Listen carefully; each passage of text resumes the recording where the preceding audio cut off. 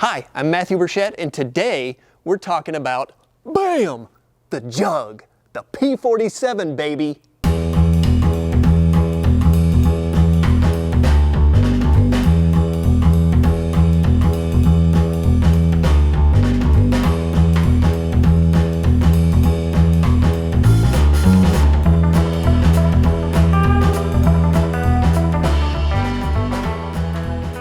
So what is it about the P-47 that people love? Well, one thing, it's huge. I love that.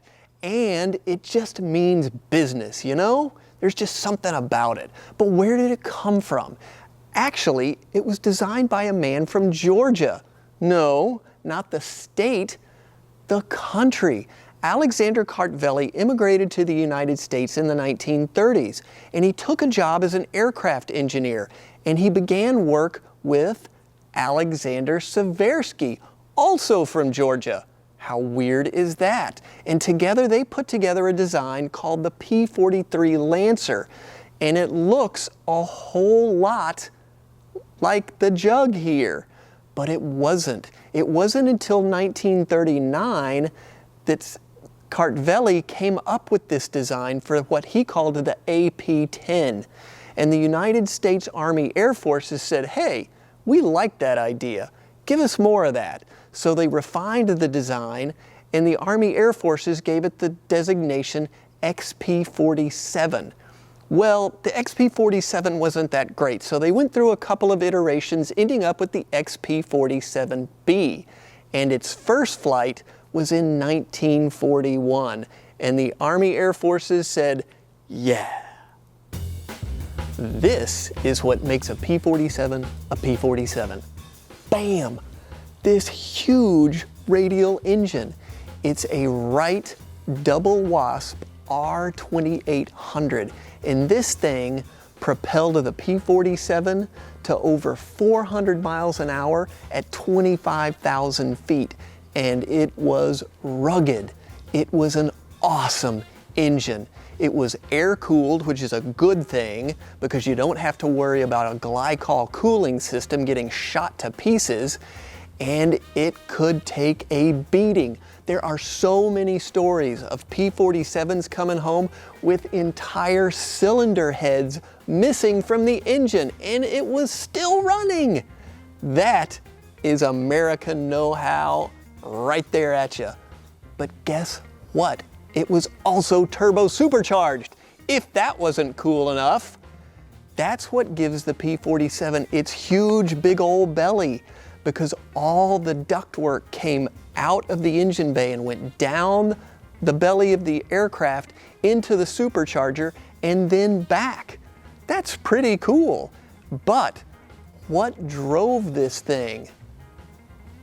This monstrosity, a 12-foot in diameter Hamilton Standard propeller.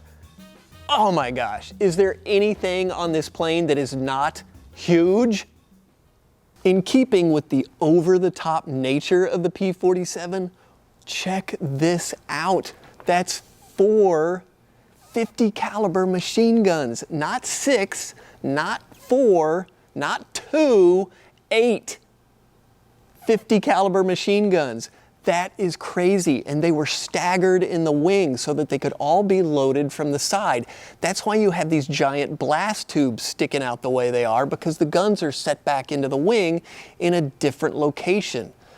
They had about 350 to 450 rounds per gun, which, when all going at once, meant that this guy spit out 1,000 rounds per second.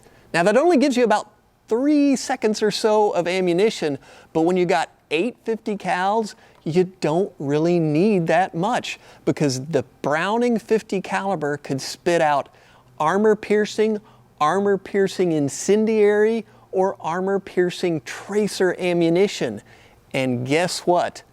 Ground attack pilots used those to great effect to take out locomotives, tanks, trucks, and who knows what else. That is what made the P-47 so awesome. So who used the P-47 in World War II? Well, the 56th Fighter Group was the first group to actually get the aircraft, and they got it in the United States. But oddly enough, it was the 4th and 78th Fighter Groups that took it into combat first. In fact, the 4th Fighter Group, who was flying Spitfires at the time, took the P-47 on its first combat mission. And you know what? The pilots who were used to a very nimble little Spitfire were not impressed with this monster. They didn't like it at all. Now the 56th, they loved it. They had trained on it, they were ready to go. And they made this into an ace maker. After the P-47 made its combat debut in March of 1943, by June of 43, it was everywhere. It was with the 12th Air Force in Italy, and it was all across the Pacific. In fact, by almost the end of the war, it was in every combat theater except Alaska. That's pretty amazing. In the European theater with the 8th Air Force, initially the P-47 didn't have the legs to escort the bombers to Berlin and back. But as different models came around, specifically the Bubble Top D, it got more and more range and amazing drop tanks. In fact, the Brits came up with a paper drop tank that could hold 105 gallons of fuel. That is really amazing. Now the funny thing is you couldn't store fuel in the fuel tank. Since it was impregnated paper, if the gas was left in there too long, the paper started to get eaten up. So they would hang the tanks, fill them, and then off they went. You didn't need to bring them back. They were paper. It was a cheap and effective way of getting this guy to Berlin and back and protecting the B-17s and B-24s. The P-47 equipped a lot of different fighter squadrons, but the 56th, that loved the plane so much, was the only group at the end of the war in the European theater still flying the plane. In fact, they had a chance to switch over to Mustangs and they said, "No thank you, sir, we will keep our P-47s." How amazing is that? That says something about what this plane could do. By far, the biggest user of the P-47 was the 9th Air Force. They had over 1,700 of these bad boys by December of 1944.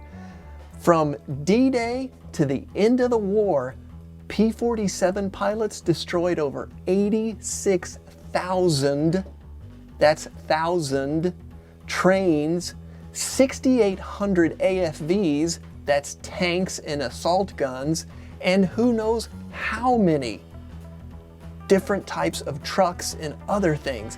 That's amazing. During Operation Cobra, which was the breakout from Normandy, the 405th Fighter Group, in one attack, destroyed over 200 German tanks and over 300 German trucks, and that was all in one column. That is nuts. So let's talk about this P-47, our P-47. Where did it come from? Well, it was one of the many, say hundreds of aircraft that were sent to Latin American countries after World War II. The US sent tons of equipment down to the Latin American countries to help bolster them against communism. And this guy flew with the Bolivian Air Force for many years, but then it became a gate guard in front of the La Paz airport. Luckily, an American businessman picked it up in the 1970s, brought it back, and after an extensive restoration, it became a museum piece in 1981 and was stashed up by Doug Champlin. Well, as you know, we acquired Champlin's collection in 2000, and here it is now, and we are so thankful. We love our P-47. But what about the markings? Who flew this? This is actually painted up to look like Robert Basler's aircraft. He was the CO of the 325th Fighter Group, otherwise known as the Checkertail Clan, and you'll see why in just a second. And he named all his P-40s and P-47s Big Stud. and you can tell he's got that cool Ace of Spades card. He was a 6-kill ace in the 325th. In fact, this plane is painted up to look like his plane after his final kill, which was a Ju-88. I love this kind of stuff. How cool is this? Thank you all for tuning in. We appreciate you ever so much. We know that you love the P-47 as much as we do, and we are very glad to bring you this episode.